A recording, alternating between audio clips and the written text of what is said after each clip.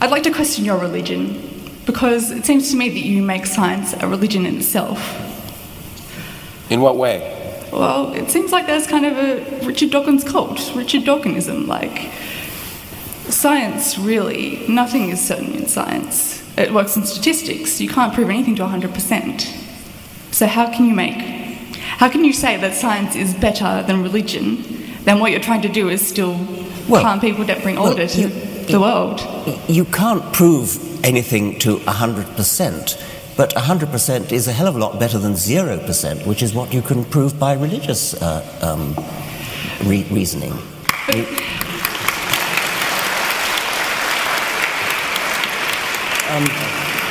I guess you're giving up. I mean, I think it... Let me try again on that.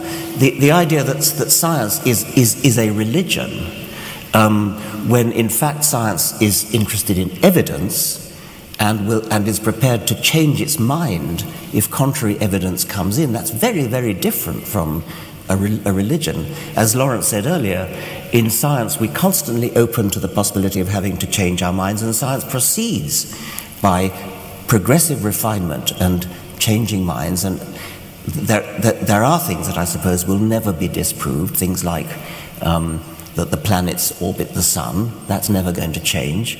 I don't think that the fact of evolution is ever going to be disproved. It's always going to be true that we are cousins of chimpanzees and of monkeys and of kangaroos. So there are certain things that we definitely know to be true. The evidence is so overwhelming that in Stephen Gould's words, to object would be perverse. But so-called religious truths have absolutely no evidence going for them whatsoever. If I challenged you as Richard Dawkins, you'd probably have a problem with that. Doesn't matter who I am. No. No, we're listening to you now. Like, you're challenging me now, and I'm accepting the challenge. Fair enough. Look, I'm a Catholic. I don't agree with what George Chappelle thinks, but I don't think he's a pedophile either. Like... No, I don't suppose he is. Well, just, you know... I don't know. I've never asked him. My point is that you, as an eminent scientist, if I challenge your scientific doctrine, maybe your theories or your opinion, you'll disagree with me. Well, I will. I mean, when you say disagree, I will say, where is your evidence? Here's my counter-evidence. And ask for yours. Let's sit down together and look at the evidence.